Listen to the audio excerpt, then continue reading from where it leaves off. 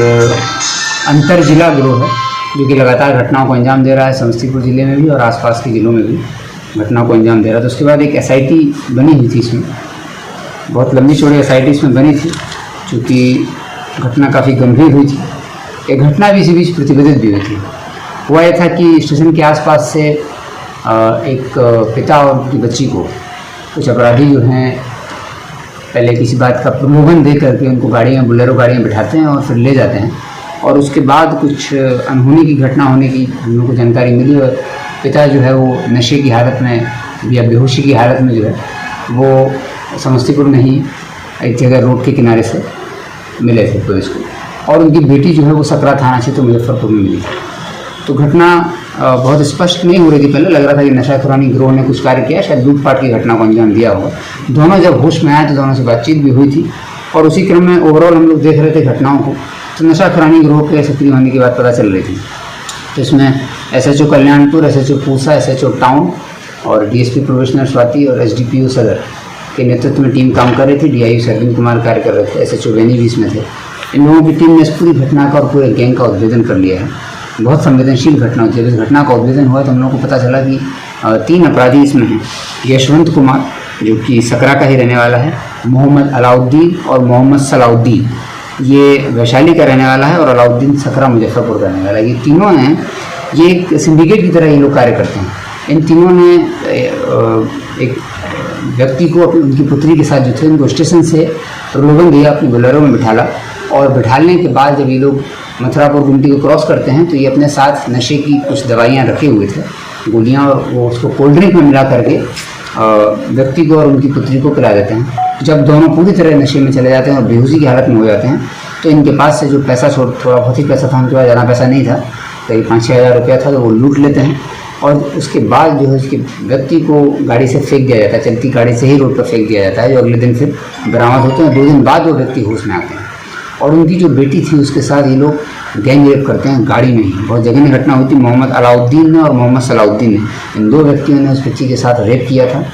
वो बच्ची भी, उसकी उम्र भी बच्ची की 18 साल से कम थी और रेप करने के बाद उस बच्ची को भी इन लोगों ने मुजफ्फरपुर की सकरा पर रोड के किनारे ही चलती गाड़ी से ही फेंक दिया था।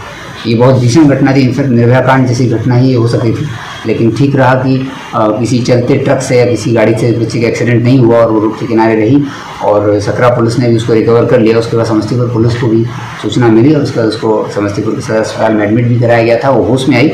होश में आने के बाद जब ये लोग आए तो इन लोगों को पूरी जानकारी नहीं थी इनके साथ एग्जैक्टली क्या हो चुकी। ये तो नशे में थे और नशे के बाद इनके साथ क्या किया गया इनको नहीं पता था, लेकिन जब हम लोगों ने पूरी मेडिकल जांच कराई तो उसे स्पष्ट हुआ कि बच्चे के साथ गैंग रेप की घटना को भी अंजाम दिया गया था। और फिर इस गैंग का पता लगाने का प्रयास किया गया। SIT बनी थी जो टेक्निकली काम कर रही थी, तो इसमें देखा गया कि 3 अपराधी जो हैं ये मुजफ्फरपुर के ही हैं जो आए हुए हैं।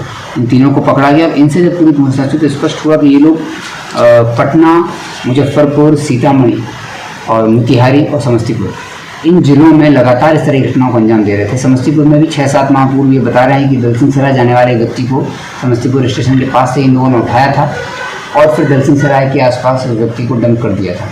और ये इसी तरह की घटनाएं करते थे कि लोगों को नशा करते थे, लोगों को कुछ होश नहीं रहता था और उसी बेहोशी की अवस्था में पैसा चोरी करना, लूटपाट करना जो भी है वो घटना वो बोलेरो के अंदर ही अंजाम देते थे। जिस बोलेरो से इन लोगों ने घटना की थी वो बोलेरो बरामद कर ली गई। इन तीनों को गिरफ्तार किया गया है। इनका जो मोबाइल, जिस मोबाइल से इन लोगों ने कॉल करके बुलाया था आपस में, वो मोबाइल बरामद किया गया है।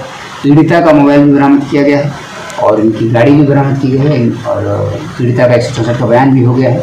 मेडिकल जांच भी हुई है, अभियुक्तों की भी मेडिकल जांच हुई है। इन लोगों को जेल भेजा जा रहा है और इस घटना का FIR भी दर्ज हो चुका है और आगे की कार्रवाई की जा रही है। इस पूरी घटना में जो सिंडिकेट है, इस सिंडिकेट को जावेद खान नाम का व्यक्ति चलाता है, जिसने ही सलाउद्दीन को सिखाया था कि कैसे टप्पेबाजी करते हैं। ये लोग बेसिकली फेमस हैं टप्पेबाजी के लिए।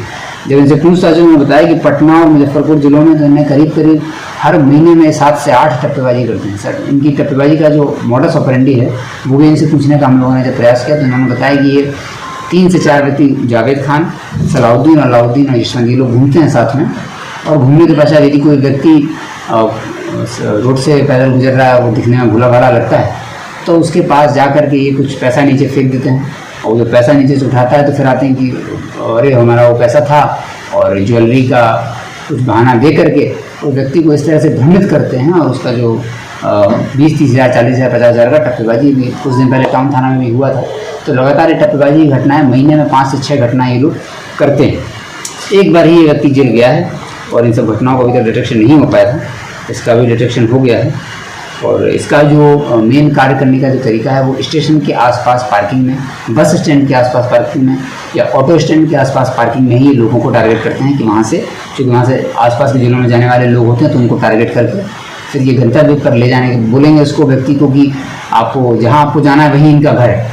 तो ये मेरा अनुरोध भी है समस्तीपुर के जो निवासी हैं और आसपास के लोग हैं, जो बस स्टैंड, रेलवे स्टेशन और ऑटो स्टैंड, टेम्पो स्टैंड पर जाते हैं गाड़ियों को, किसी भी स्थिति में किसी भी अनजान व्यक्ति से सहयोग ना लें। ये जो व्यक्ति थे जिनकी बेटी के साथ रेप हुआ है, इन्होंने स्टेशन के बाहर जब ये आए और ये व्यक्ति आके बोला कि आपको कहाँ जाना है, तो उन्होंने बताया कि हमको फलाना जगह जाना है। तो उस व्यक्ति ने भी बोला कि हमको भी नहीं जाना, मेरी गाड़ी क्यों नहीं आप इस्तेमाल कर लेते हैं, और ये लालच में आ गए। तो लालच में आकर के लोग छोटे छोटे फ़ायदे के लिए वेरीफाई नहीं कर पाते, फिर ऐसी जगह में घटनाएं घट जाती हैं। इसलिए लोगों को अभी ये गिरोह अब तो पकड़ा गया है, लेकिन ऐसे हो सकता है और भी गिरोह सक्रिय हों, तो इसलिए अभी भी अलर्ट रहने की आवश्यकता है। स्टेशन और बस स्टैंड के आसपास किसी भी अनजान व्यक्ति की गाड़ी में आप ना बैठें, और जब तक आपका कोई परिचित ना हो, अपरिचित की व्यक्ति की गाड़ी में बैठने से घटनाएं घट सकती हैं। तो इस घटना का पूरा उद्भेदन हो गया है और तीनों अपराधियों को जेल भेजा जा रहा है। ये घटना पिछले कुछ समय की जो समस्तीपुर में घटनाएं हुई हैं, उन सभी घटनाओं में बहुत ही जघन्य घटना थी। इसमें टेक्निकल काम करने के लिए DIU से अरविंद कुमार को हम लोग रिवॉर्ड भी देंगे, बहुत अच्छा कार्य किया। सर ये लोग